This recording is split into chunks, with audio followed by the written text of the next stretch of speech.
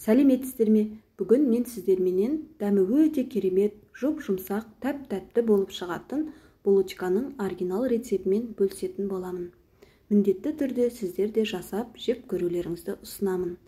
Бізге бұл булочканы істеу үшін ұн, жұмыртқа, сүт, тұз, ашытқы, сары май және құмшекер қажет болады. Ол үшін бізге алдымен сүтімізді ыстықтау етіп аламыз. 300 мл сүтімізге 4 ас қасық құмшекерімізді салып, ерігенше жақсылап араластырамыз. Сүтімізді ыстықтау алғанымыз дұрыс, себебі құмшекерді салған кезде ол суып қалуы мүмкін.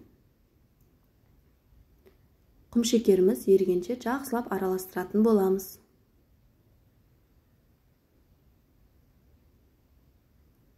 Енді оның үстіне жарты шай қасық тұзымызды қосып, оны да жақсылап араластырамыз.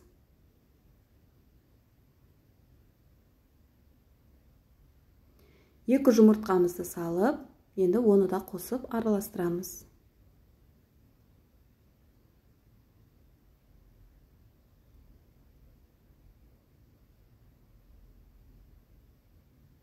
Енді 1,5 шай қасық ашытқымызды қосып, оны да жақсылап араластырамыз.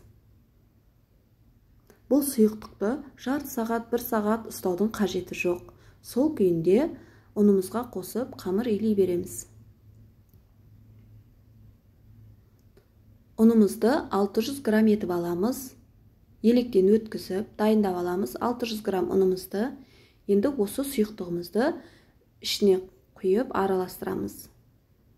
Қазір мен 600 грамм ұнға құйдым осы сұйықтықты. Енді илеу барысында 50 грамм ұн міндетті түрде бізге қажет болады. Себебі қолға кішкене жабысыңқырау мүмкін. Бізге қолға жабыспайтын, жұмсақ, әдемі қамыр болып шығу керек. Осы илеу барысында қамырымыз кішкене басы біріккеннен соң сары майымызды қосып, оны да араластыратын боламыз. Булочканың сыры осы сары майды осы кезінде қосуда. Осылай жұмсақ бөлме температурасындағы сары майды алып, жақсылап қолымызбен мыжғылаймыз. Кейін 50 граммды үстіне сеуіп, жақсылап қамырымыз осындай жұмсақ қолға жабыспайтын күйде болғанша қамырымызды бір 10 минут иін қандыруымыз керек. Енді бұны бетіне пакет кигіземіз. Жылы жерге жақсылап 1 сағат, 1,5 сағат көлемінде ұстаймыз. Енді 1,5 сағаттан соң қамырымыз осындай күйде көтеріліп шығады. Негізі осылай көтерілгені жеткілікті бізге. Бұдан ары қарай көтерілсе, дәм өзгеріп кетуі мүмкін. Ашып. Енді осы қамырымызды өзімізге ыңғайлы бөліктерге бөліп алатын боламыз. Бөліктерге.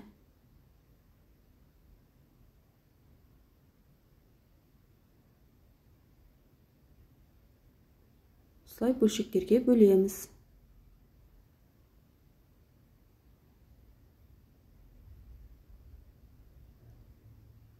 Дүкеннен сатып алып жегенше үйден пісіріп жегенге жетпейді.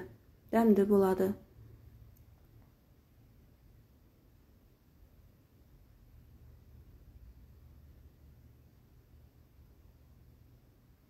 Мен осылай, менде осы қамырдан 16 булочка шығады. Мен кішкене үлкендеу қылдым. Енді қалауларыңыз бойынша сіздер кішірек қылсаңыздар да болады. Осылай алақанымыздың көмегіменен домалақтап аламыз. Қолмен мыжғылаудың қажеті жоқ. Себебі ашып тұрған қамыр басылып қалуы мүмкін. Осылай домалақтап, барлығын дайындап, енді бұны 20 минутқа бетін жауып пакетпенен қалдырамыз. Қамыр көтерілу керек тағы да. Енді 20 минут өткен соң қамырымызды аламыз. Осы көтерілгені жеткілікті. Оны жақсылап жаямыз. Дөңгелектерді.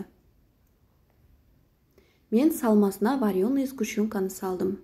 Келесі жолы мен екінші басқа түрі салмасымен салатын болам видеоны. Ол салмасы да жақсы әдемі болып шығады, сметана қосылған.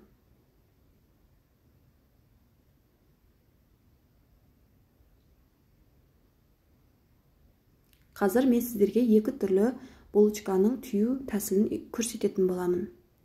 Енді осыған вареный сгущенкамызды саламыз.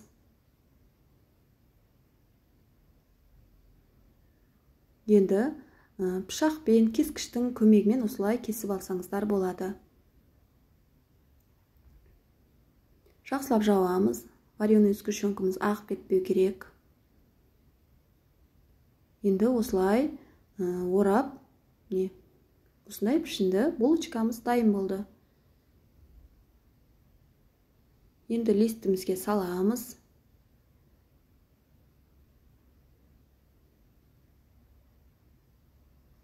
Енді мен екінші түрін көрсетем. Булочканың түйеу. Ол да әдем болып шығады.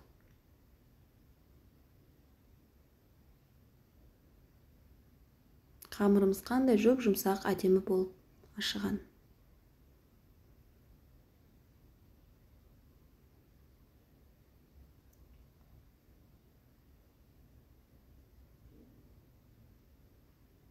Енді қамырдың шетін кесеміз пышақпенен.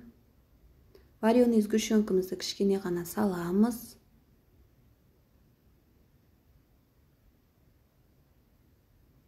Осылай бетін жауып, ағып кетпеу үшін кішкене бекітеміз. Қатты басудың да қажеті жоқ.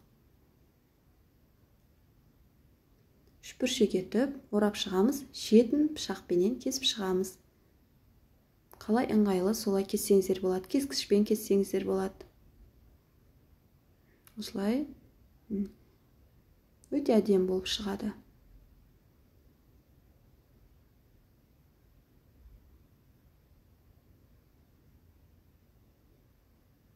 Енді осы булочкаларымыздың бетін тағы да пакетпен жауып, 20 минутқа қалдыратын боламыз. Көтерілу керек. Ауа кірмейтіндей етіп, жан-жағын бекітеміз. Енді 20 минут өткен соң булочкаларымызды аламыз. Міне, әдем болып көтеріліпті. Оның бетіне мен 2 ас қасық сүтпенен жұмыртқаның сарысын араластырып, жағып шықтым. Осылай әдемі болып, жып-жылтыр болып піседі. Піскен соң үстіне 2 шай қасық құмшекерге 2 ас қасық суды араластырып, бетін осылай жағып шығамыз. Жылтырап осындай тәп-тәтті, жұп-жұмсақ булочкаларымыз дайын болды. Міндетті түрде сіздер пісіріп көрулеріңізді ұсынамын.